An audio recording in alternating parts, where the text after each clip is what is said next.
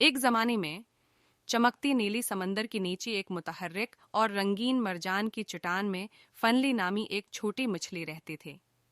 Funnily एक छोटी, मुतजस्सस और महमजुई मछली थी जिसकी चमकती नीली और पेली तराजू थी। इसकी रोशन आंखें जो सितारों की तरह चमकती थीं और दिल हिम्मत से भरा हुआ था। हर रोज फनली अपने बेहतरीन दोस्तों सींडी नामी एक होशियार समंदरी घोड़ी और टिली नामी एक खूबसूरत समंदरी कछुए के साथ मरजान की चट्टान की तलाश करता था।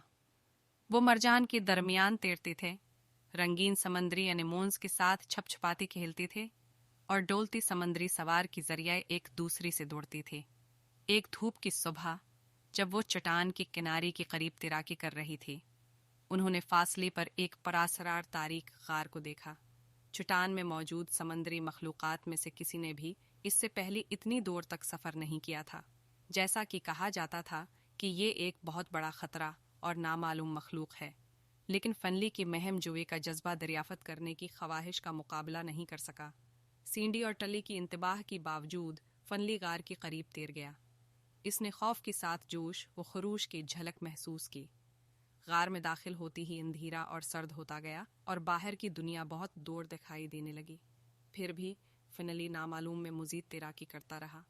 अचानक इसने एक धीमी आवाज़ सुनी जिसने पिकारा, मेरे गार में किसकी हिम्मत है? फनली खौफ से कांप उठा लेकिन बहादुरी से जवाब दिया, मैं फनली हूँ, मरजान की चट्टान की छोटी मछली।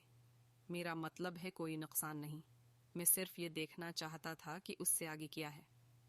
साई से एक अक्लमंद बूढ़ा ऑक्टोपस निकला जिसका नाम ओली था।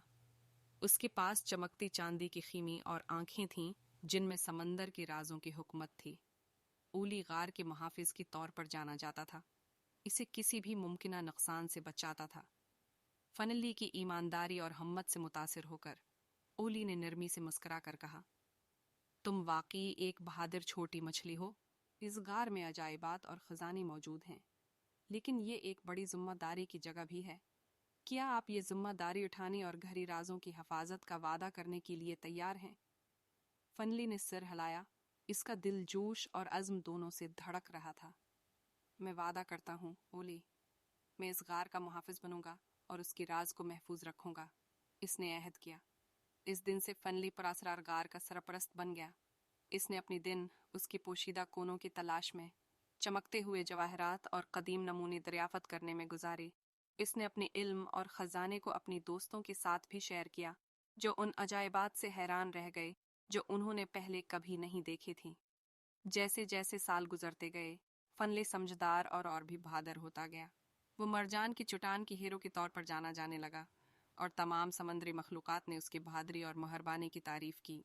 लेकिन फनली गार की राजों की हिफाजत की अपनी वादी को कभी नहीं भूली। वो जानता था कि कुछ चीज़ें पोशीदा रहने के लिए होती हैं, जो सिर्फ उन लोगों को मालूम होते हैं जो अपनी कंफर्ट जोन से आगे निकलने की जरूरत करते हैं। और इस तरह फनली नामी छोटी मछली ने बहुत सारी और दिलचस्प महम जोई करते हुए वसीय समंदर की तलाश जारी रखे, लेकिन परासरार गार उसका सबसे कीमती राज रहा। एक याद धानी की बहादुरी और ईमानदारी सबसे ज्यादा नाकाबिल यकीन दरियाफ्तों का बायस बन सकती है। और जब भी आप घरे नीली समंदर में गौत लगाएंगी, कौन जानता है, हो सकता है कि आप फनली और उसकी चमकती नीली और पेली तराजू की एक झलक देख सकें, जो एक और गैर मामूली सफर का आगाज करते हैं।